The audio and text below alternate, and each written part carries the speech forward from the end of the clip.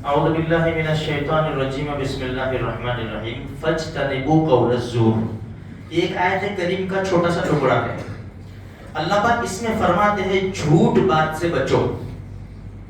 دیکھو یہ جو جھوٹ ہے نا، جھوٹ اس کو ہم نے نارمل سمجھ لیا، بالکل چھوٹا بڑا عام خاص جھوٹ بول لیتے ہیں، اور اتنا آسان ہو گیا جھوٹ بولنا میرے بھائیوں کہ اس کو کوئی جیسے گناہ ہی نہیں سمجھتا. حالانکہ یہ جو جھوٹ بولنا ہے نا، یہ کبیرہ گناہوں میں سے ہے جو ہمارے نبی نے گناہ گنوائے نا.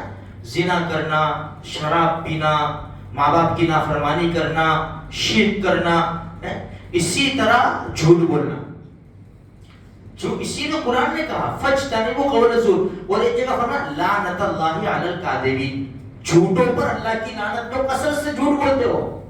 کربلا کی ہسٹری میں اور کربلا کی یہ واقعے میں دیکھو کتنا جھوٹ ہے. کوفیوں نے کتنا جھوٹ بولا، کتنا جھوٹ بولا، کتنے خطوط لکھے تھے، فوراً انکار کر دیا، جھوٹ ہی جھوٹ. دیکھو حدیث میں ہے کہ بھائی منافق جو ہے، یہ دیکھو یہ جتنی بھی جنگیں ہوئی، جنگ جمل، جنگ صفین، کربلا کا واقعہ، یہ منافقت کام کر گئی اس میں. ایک تیسرا ہی گروہ وہ کام کر گیا اس میں، اور انہوں نے دل کھول کر اپنا بدلہ لیا، دل کھول کر. اس کی جڑ دیکھی جائے نا، اس کی جڑ تمام واقعات کی، تو خیبر ہے. خیبر جو خیبر کا دروازہ اکھاڑ کر پھینکا نا، وہاں سے ان لوگوں نے دشمنی شروع کی تھی. اب کتنی ساز باز کی ہوگی، اور ساز باز میں جھوٹ ہی جھوٹ.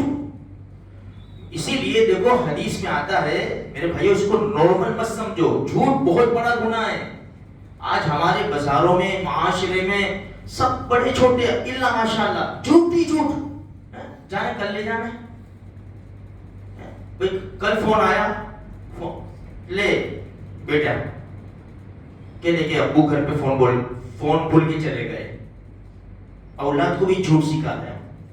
یہ ماں باپ جھوٹ بولیں گے اس طرح اولاد کے سامنے، اولاد کیا سیکھے گی؟ اولاد جھوٹی سیکھے گی، وہ بھی جھوٹ بولے گی، اور جھوٹ کو ہمارے وہاں نارمل ہو جائے گا، کوئی گناہ ہی نہیں سمجھے گا. دیکھو حدیث میں آتا ہے منافق کی 3 نشانیاں. ہم نے کئی بار حدیث سنی.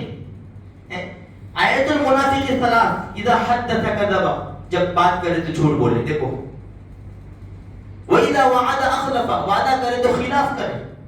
واذا اؤتمن خان، امانت رکھی جائے تو خیانت کرے. یہ منافق کی 3 نشانیاں ہیں. اگر ہمارے اندر ہو نا تو دور کرنے کی پوری کوشش کرنی چاہیے. دیکھو ایک چھوٹی سی بات بتاؤں، آج کل سوشل میڈیا کے اوپر بہت چلتا ہے. جیسے محرم کا مہینہ آیا، بھائی بہت گروپ ہے، بہت مسلک والے ہیں، مذہب والے ہیں، سب ہیں. اب اگر دیکھو نا میرے بھائیو، عجیب قسم کی کلپیں، بیانات شارٹ میں مختصر، جس کے حدیث ہے نا، حدیث اس کی تشریح.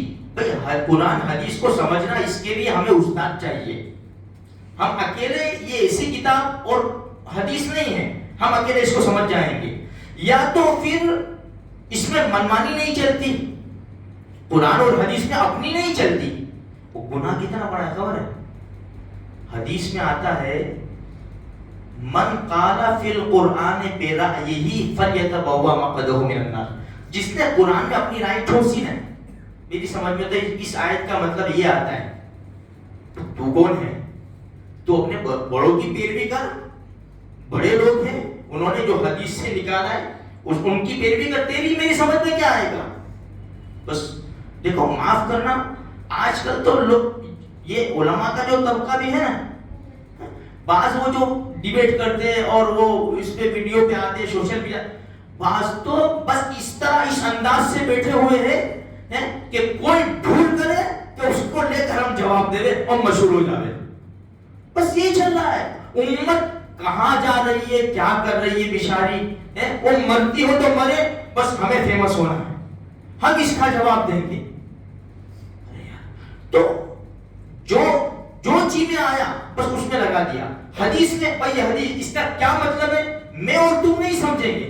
ہمیں پرانی کتابوں سے، بڑے بڑے علماء سے سمجھنا پڑے گا کہ اس حدیث کا کیا مطلب اگر ہم نے اپنی رائے ٹھوسی تو اللہ کے رسول نے فرمایا من کذب علی متعمدا فلیتبوأ مقعدہ من النار، جس نے مجھ پر جان بوجھ کر جھوٹ بولا، میں نے نہیں فرمایا، پھر بھی کہا کہ نبی صلی اللہ علیہ وسلم نے فرمایا ہے، تو اس کو چاہیے کہ اپنا ٹھکانہ جہنم میں بنا لے۔ اسی لیے سوشل میڈیا کے اوپر جو میسج آتے ہیں نا میرے بھائیوں، حدیث میں یہ ہے اس میں یہ ہے، ایک دم فارورڈ نہ کیا کرو، ایک دم فارورڈ بھائی اس کو تحقیق کرو، ہمارے علماء سے، ہمارے دوست احباب سے تحقیق کرو کہ بھائی یہ صحیح ہے کہ نہیں ہے۔ تو جھوٹ بہت بڑا گناہ ہے میرے بھائیوں، اپنے آپ کو جھوٹ سے بچانے کی بہت کوشش کرنی چاہیے۔ مجبوری کے درجے میں انسان جھوٹ بول سکتا ہے، جان کے لالے پڑ جاوے نا، اس وقت کا مسئلہ ہے، ورنہ جھوٹ بالکل جائز نہیں ہے جھوٹ بولنا۔ اسی لیے ہمیں اپنے آپ کو بچانے کی پوری کوشش کرنی چاہیے۔ اللہ تبارک و تعالی مجھے آپ کو سارے مسلمانوں کو اس کی توفیق نصیب فرمائے۔